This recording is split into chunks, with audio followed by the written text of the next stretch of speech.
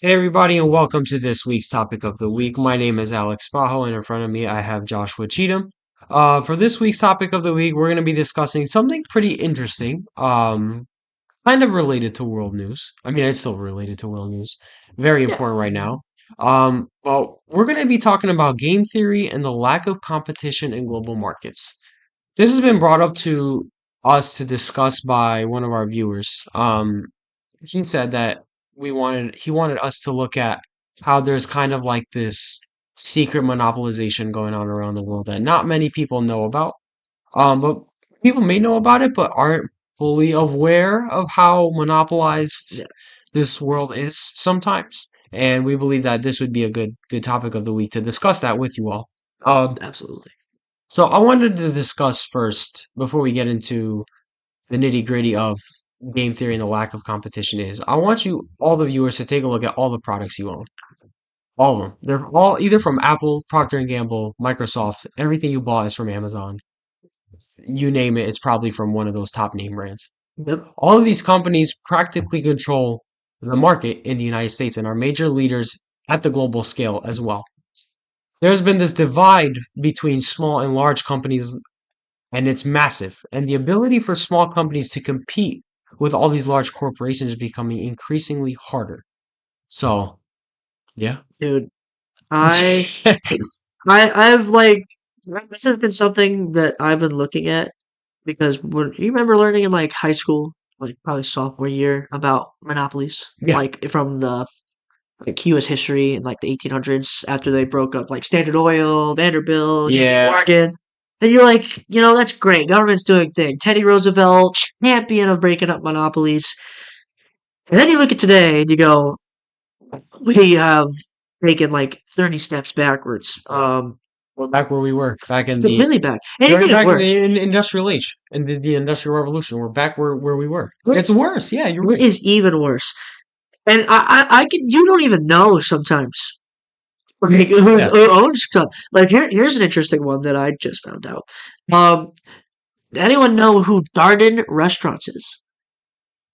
No, you don't. But I definitely think you know who Red Lobster is. Olive Garden, Longhorn Steakhouse, Bahama Breeze. I can't read that one, but you know who Eddie V's is and Yard House is, right? Those are popular restaurant destinations that are all under the Garden Restaurant umbrella. There you go. Would have thought? Yep. Who would have thought? And it's little things like that.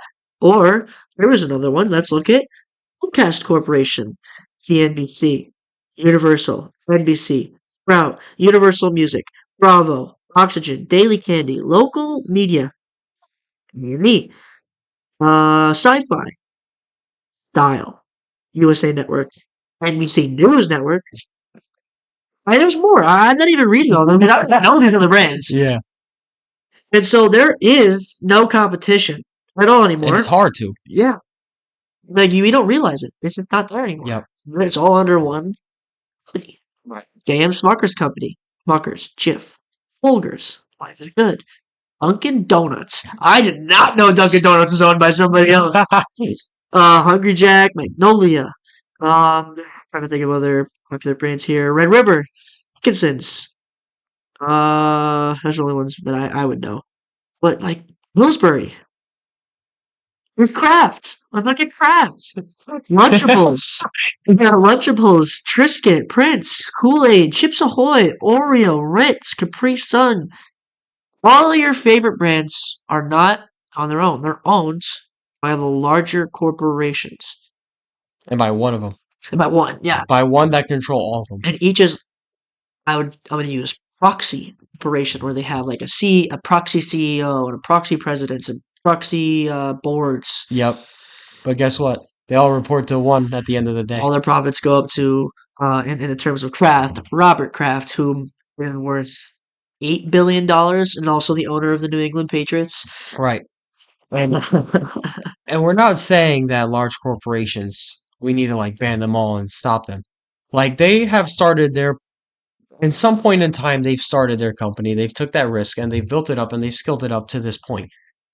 I'm not saying that they don't deserve the rewards as a result of their hard work. I'm saying that the issue that we're bringing up is the monopolization of all these. Why couldn't all these brands be independent of each other?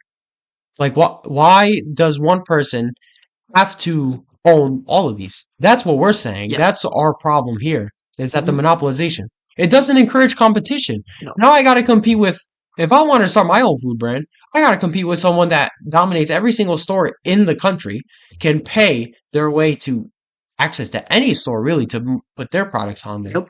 And like, if my product goes big, that company will just want to pester me with offers to buy it, and now boom, Yeah. my company's gone from another to another person that wants it. And in the United States, small business dominates the realm of business. Local mom and pop shops, smaller corporations dominate in terms, not in terms of capital, but in terms of what you see. Right.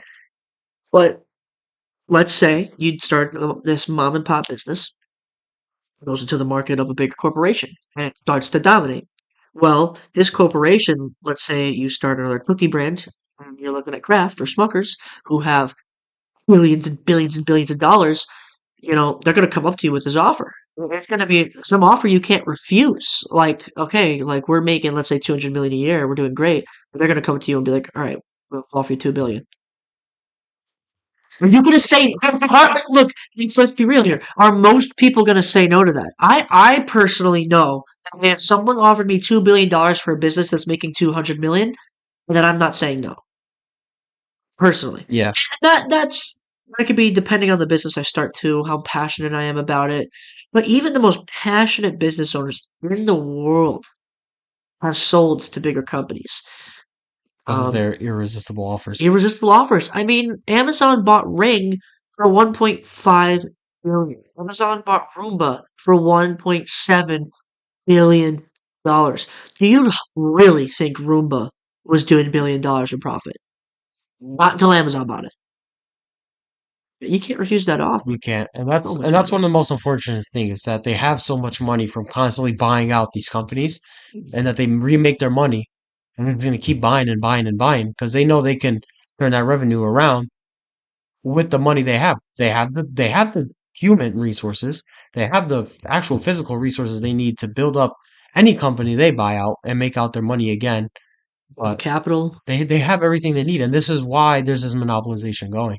Like, they could just do whatever they want. They could buy out any company, and people just throw their morals out the window once they see that fat check. Which I get. Like, you're right. Yeah. If I saw a $2 billion check as well, personally, like, I mean, I wouldn't. It's gonna be even if you did say no, you would sit on it. You'd have to like sit on it for like a couple of like you're gonna tell them, give me like a couple weeks. Yeah. Like I'm gonna sit on this because if you say no, you're making $200 million a year.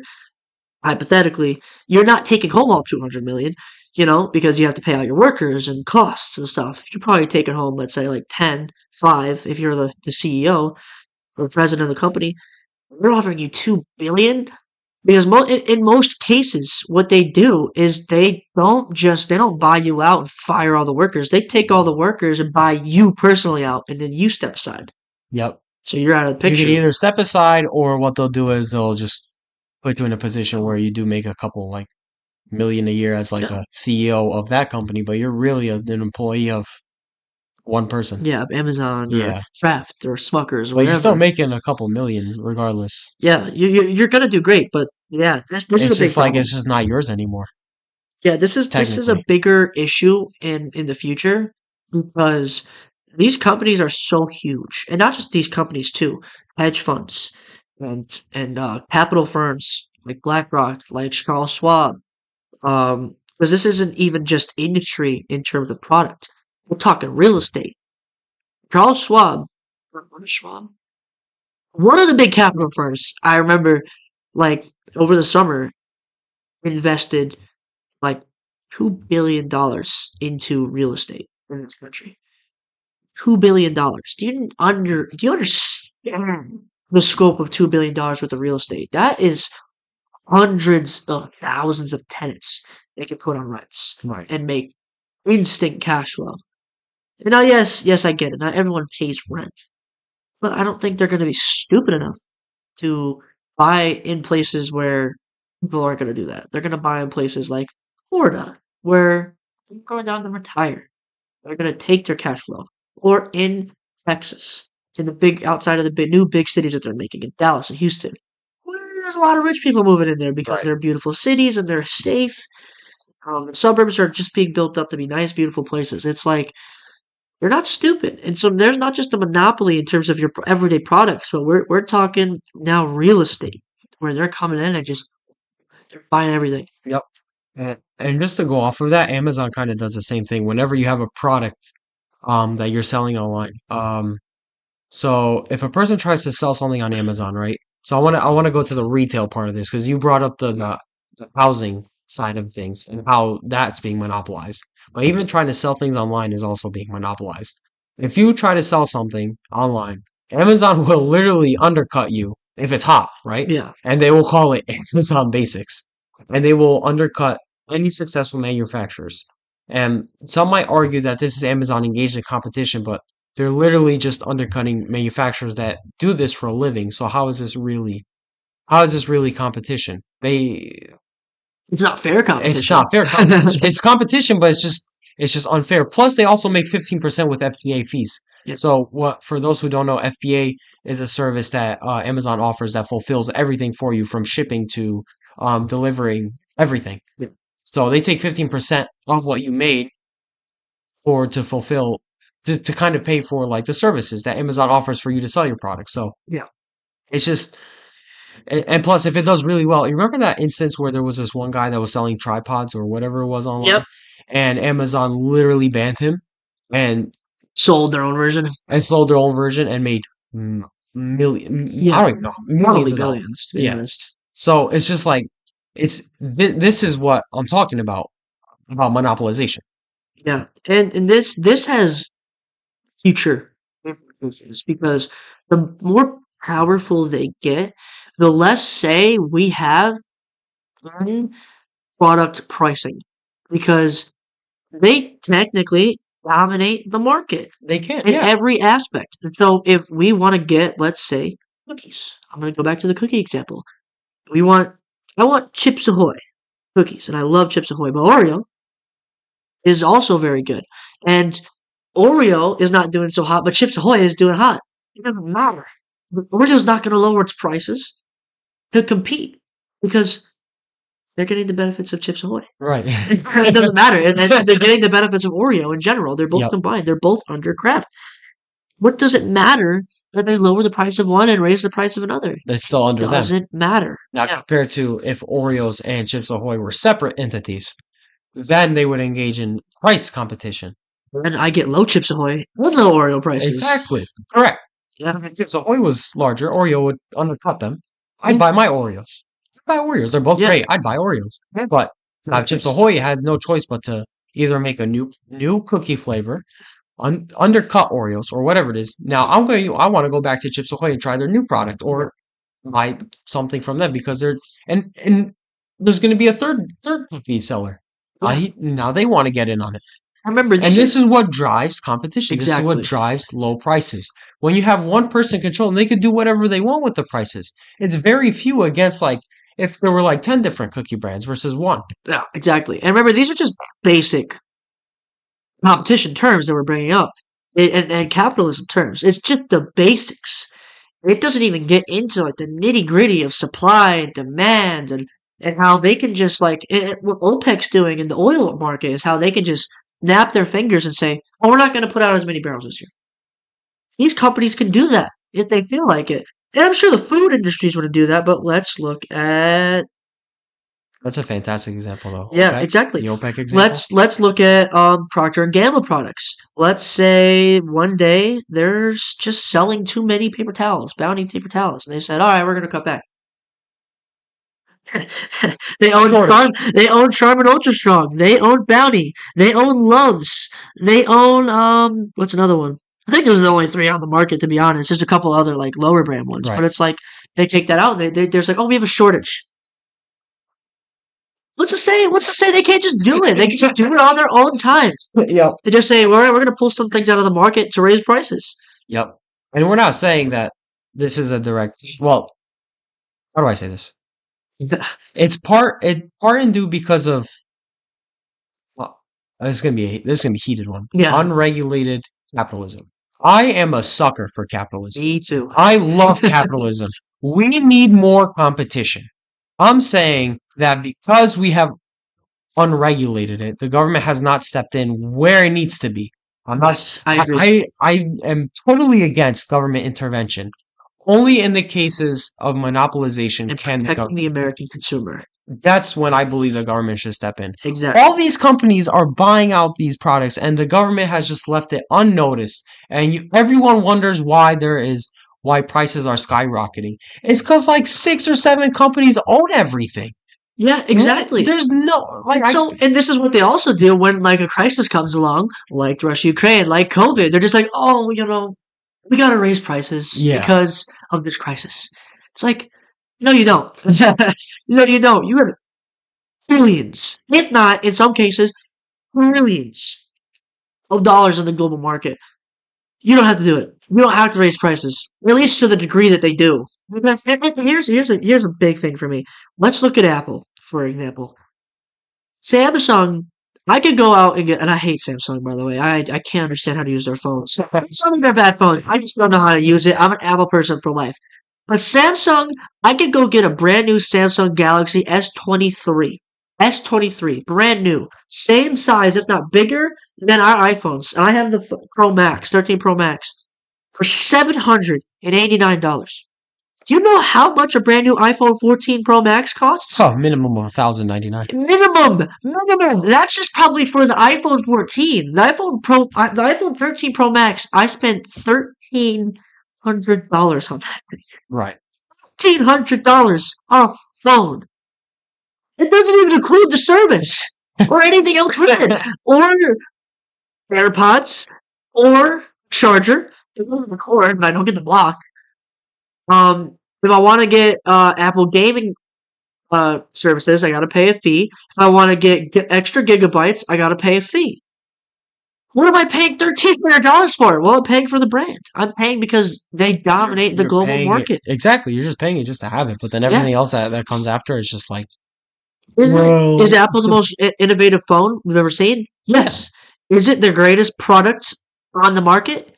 Yes. yes, It's the only product on the yeah, market. That's the problem because you have Samsung, you have LG, you have Google. Well, LG doesn't even make phones anymore. So you have Google and Samsung. Microsoft doesn't make phones anymore. They can't compete. You can't compete with Apple.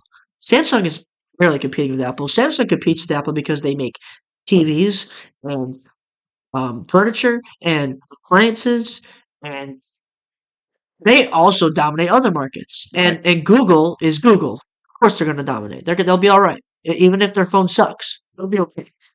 And the Google Pixel 7 is great. I just want to get it because I don't understand it. But yeah, they dominate it. And here's the other thing.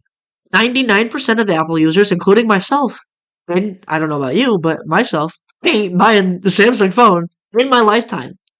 Unless I just can't afford an Apple. right. Yeah, It's just straight up domination. That's yeah, not fair. It's not fair to companies that can come out with something better or ideas that are better. You just buy them out. yep. And they're like, oh, we're gonna use this idea on our iPhones then. And the other thing is Apple doesn't innovate. The No, iPhone has been the same since the iPhone 11. yep, They've changed a couple of the design tweaks. Now there's no notch or whatever they call it. yep. Oh no. Hooray innovation. Hooray. What do Hooray they do it for for the 15 now? I forgot. I don't even know. But at least Samsung made a flip phone. Yeah, It doesn't work right. At least they tried yeah. because they care about innovation. Apple over here is just like, who cares? They're gonna buy I'm our still phone gonna buy anyway. it. We do. They know it, and then we know it, but we still do it. Apple is so easy to use. It's also sleek. It's also Simple. a sign of. Simple. It's simple and it's a sign of status at owning an iPhone. Why? I don't know, but it is. If I walk around with an Apple Watch, you think you look cool. I bought an Apple Watch, and I was starting to realize why. What do I have? That's a fact. It's a waste of money. Is it cool? Sure, but it's a waste of money. Yep. Oh Sorry to man. go on that tangent, No, but that was hilarious. That was hilarious. in general, competition. I mean, there are other things that I'm not gonna buy. There are brands. I mean, like let's look at Coca-Cola, for example. I mean, I'm never gonna buy Pepsi products unless it's Mountain Dew.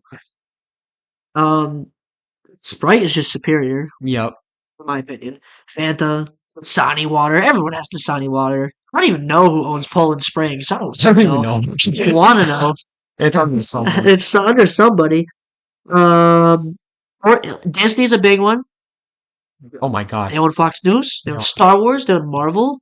What's like the two biggest sci-fi movie companies in the world. I mean, if you look at the top 10 highest grossing movies, it's literally Star Wars and Marvel. Literally, that's it. Yep. There's Titanic and Avatar. That's it. That's it. That's the only other ones in there. How do you compete? I mean, I remember I looked up like Disney Marvel movies did 32 billion in gross, and Star Wars movies does about 14 billion in gross. Mhm. If you want to get to the argument of who's better, we'll go on that one later. We could do a little special later on that, but it doesn't matter because that's $50 billion, almost $50 billion in gross Right. from one company, not from Star Wars, not from Marvel, Disney, Hulu. Yep. And you were saying like, how do we compete? There just needs to be more SME involvement in general. Yeah, I But agree. what can we do, right? By SMEs, small medium enterprises, Yeah, for those. It's just like I want to go online and I don't want to see mainstream products. I want to purchase things from anyone from around the world at any exactly. given time. Like, It's I do good not want to products. go online and like see an ad for an Apple product. I want to see what's going on around the world. I want the latest technology. There is so much tech being developed right now Yep, in Silicon Valley that is not yet available because one is still like it's still under like, development. development, still being tested and all that. But I still want to try it out. I still want to see what's going on. Do you know what's going on in Silicon Valley right now? What they're developing over there, or what the rest of the world's developing? We No, don't. because Meta owns it all. Meta owns it all. Exactly. And it's just like, I want to go online and I want to see different things. I want to see a variety of things. I want people to be involved. I want more entrepreneurship. I Yep, want to see people building things to go out there. And I want somehow, some way, yes, people are engaged in entrepreneurship. I think this generation is like the biggest amount of, entrepreneurs for sure, yeah, absolutely. like because of how much access we have to technology, the internet. Yeah, We have a new generation, but even then, it's just really hard because let's say you're a person engaged in e-commerce. You have a product you want to sell. Where do you sell it on? Amazon. yep. You can have your own website, and there's people out there that have their own websites, Or but they what's the need other one? Alibaba. Alibaba, yeah. Yeah, But like, you have to go on those. yeah, yeah. But otherwise, you can't sell anything. And Amazon will take 15% from you for FBA. So it's like, Or and eBay. people have created their own websites. Guess Yeah, what? They need to use Wix. They need to use all these massive companies to build your small company. There's just what do you do? there's You got to start somewhere, yeah, right? and But it's just like, my place that needs to start is taxes because there's also even though this is a generation that loves to big entrepreneurship, taxes is one of the things that prevents them from growth. oh Average yeah, average tax for small business now, 28%. And what is the average that they make? Maybe like a couple mil. If it's a good company, probably less if it's not. And especially like food industries, small mom and pop cafes and restaurants, they're not making that much money probably because making a solid like six figures by the yeah, end of the year if but it's like good. yeah, if it's good, but that's still like any flip of the switch, like a COVID thing that happens. I mean, your losses are gonna be so big, you're gonna be unrecoverable. No, no, bankrupt. Right And then and they're gonna there. go bankrupt. And how many mom and pop restaurants left and died Oh, a because of lot, that? a lot. Taxes is a big part of it because Walmart does not. And look, I don't think that Walmart or companies like that should pay more in taxes, but it's not fair that Walmart's paying 20% and a small business is paying 28%, a third compared to And Walmart before. doesn't. I highly doubt Walmart pays taxes, anyways. Yep, So, because they have like the best lawyers, they have everything they need to just avoid tax tax. accountants. And it's like your mom and pop shop, your local shops, they pay more probably than what maybe large corporations could pay Yeah, percentage wise. uh huh. And it's like, how is this fair? How is this fair for me to develop? It's not. I'm looking at like trunking companies, for example, friends that own trucks and run their own trucks. They get dominated by bigger companies like Swift Yep. and all these other big trucking companies because they just have such a They can't move product control. as fact. They, As they fast, have, yeah. taxes. And that's not to say correct. They've built up to the point, but now they're trying to attack their own competition rather than trying to encourage competition. That's my problem. Is yes, you've reached a point where now you built up all your logistics, but don't attack the competition. Don't try to gatekeep. Yeah, Let other people promote. Let there be more access to wealth. People want to innovate. This is what the world needs. The world needs innovation. And if absolutely. you attack competition and to try to have control, what innovation will there be? How is the world going to develop if these large corporations get to the top but don't encourage others to come with them? This world will not rapidly develop in that case. There Absolutely. needs to be competition that is protected. Protected competition is what I like to see. Absolutely. And like we said earlier, like we're suckers for capitalism. Capitalism is still, and as much as a lot of people hate on it, is the only system in our time that has worked. Socialism fails. Yep. Communism fails. Yep. Dictatorships fail every time. No, it's like no question. Every time it starts, it fails. Capitalism was started in America and in Europe since the 1900s.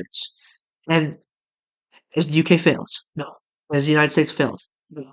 Canada? No. It works. We know. But there are problems. There are problems. And we need to protect the consumer. The American consumer is the most important part of communism, of The, capitalism. the most Yeah. important. Because without consumers, capitalism fails. Yeah. I think our politicians need to do what Roosevelt did, Teddy Roosevelt did. Sit down and break up the market. Put in that competition. I'm not saying to go in and just say, okay, Carmen, go be on your own again. Or, you know, uh, Disney, go be on your own again. Because a lot of those companies, if you really broke down, are not billion-dollar companies. And if you just kicked them out, um, they could fail. And Right. that's not good either. But they need to, split them up a little bit because there needs to be that competition and there needs to be people that can make their own businesses to compete with those companies Right. in the long run. Protect American consumers. Because, I mean, we were just in New York City. How expensive is it to just get a coffee at Starbucks? Yep. Nine Oh dollars. my God. $9. How and how can Even you if you go to afford the that? local shops, Yeah, they're trying to keep up with Starbucks. So your local exactly. cafe costs like, yeah, they might undercut by like seven by $2 to get it to like 7, 8, but still, How it's can you still close compete? to Starbucks prices because they're trying to keep up with them because they're seeing all the profits they're making. Yeah. But It's expensive to live in those cities where commercialism and products are everywhere. I mean, it's not like out in the country where, mom and pops are dominant and you get good prices because they have to compete with each other. If you don't like to pay the prices at one diner because they're too expensive, I can guarantee you the diner across the street or down the road but she, is cheaper and could be better in your opinion. That's fine. That's how it should be. But in New York City, it does not matter because every business is just like, all right, they have to come here anyway. Then you have to. You can't undercut them. You can't. You have to go and eat there. You have to eat there. You have to buy the coffee there. You have to buy the products there. There's nowhere else to go right. in New York City.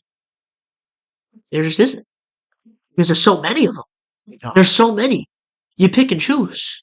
There's nowhere else to go. Like when we were in New York City, I did go to the more local ones, right? And to the more, but the thing is, if you really look deep in why these local shops almost have the same prices as one another, it's because they get their coffee bean from the same source. Yeah, So it's one source sometimes giving them the coffee beans. So then that's why they're all equal in prices yeah, sometimes because they all have to come. So now you have a supply issue as well, where only one they're getting their supply from one or two like yeah. manufacturers. That's a great point, too. The supply issue Because is people are saying, "Oh, well, why don't you just go local?" Well, It's It's one all person. the supply is also controlled by one You company you as look well. at agriculture nowadays. Agriculture is dominated by big agricultural companies. You don't see outside of Europe or Asia. And this is a big problem in the United States, dominated by one agricultural company.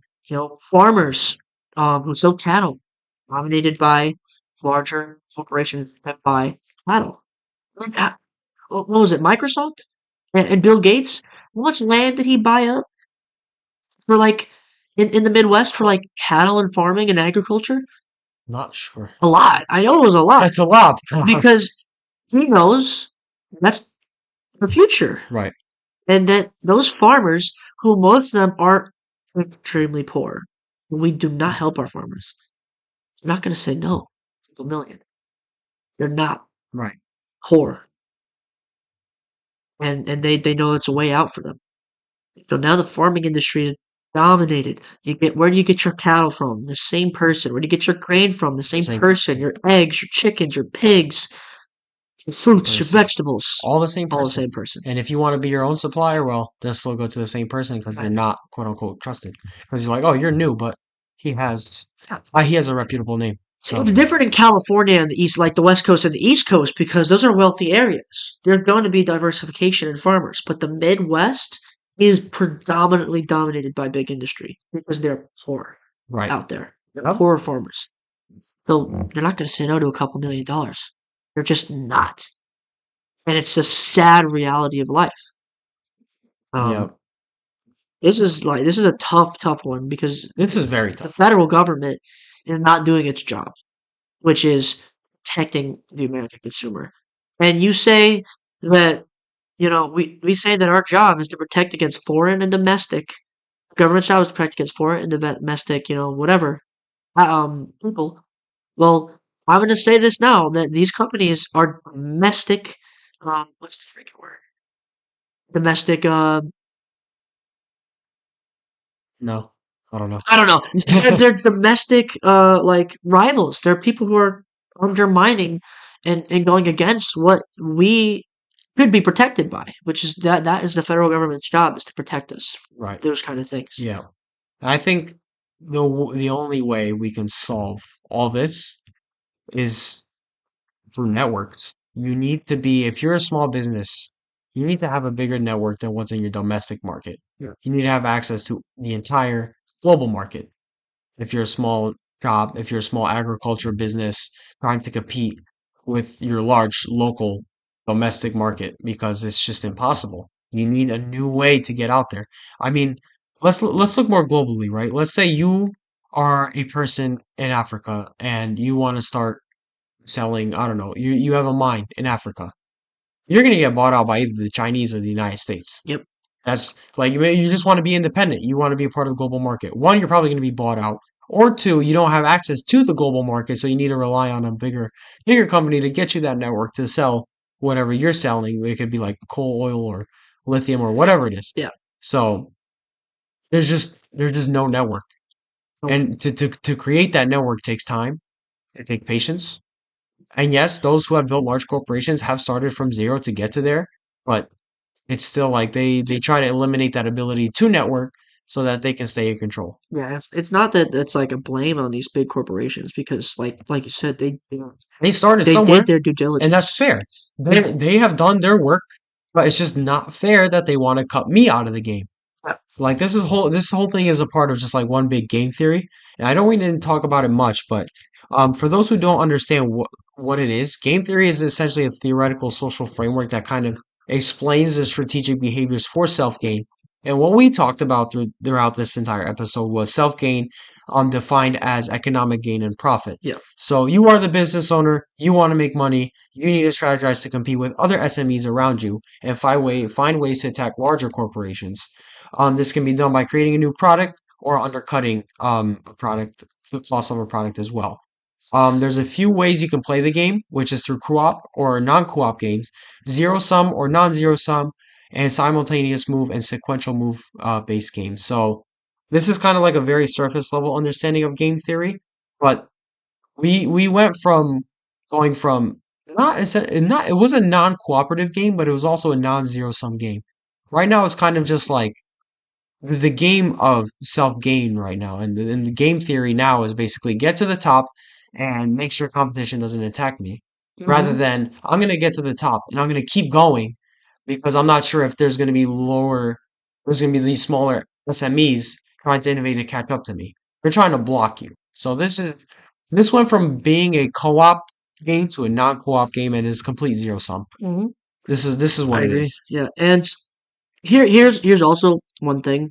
Um, I will also say this that yes, this is bad from having these monopolies, but we're lucky in the sense, but also I think they understand in the sense these billionaires who own and these companies that own that the people will go against them and figure out all this stuff if they raise prices too much. And so we're very lucky in that sense that they understand that part, and that they also, I think, understand that they need to do good in business wise and keep their prices at a relatively good place. Right. And so I don't necessarily believe that this generation will see how like these prices will just skyrocket because they're just greedy corporations. But the future could. It definitely could. With these greedy corporations, they might just say like, "Gosh, screw it. We don't care about these people anymore. Let's just raise the prices." Yeah. And so that'll be that. That's why it's a problem. Like, yes, we haven't seen the problem yet, but the problem is they own everything. I mean, here's a thing. I just read this. Just looking at it, 25 of P&G's brands generate more than $1 billion in annual sales. So that's $25 billion. One of Jesus. its 50 brands represent more than 90% of the company's sales and profits. So I can estimate 60 billion in profits a year. That's absurd. For one company, and that not that that's a bad thing.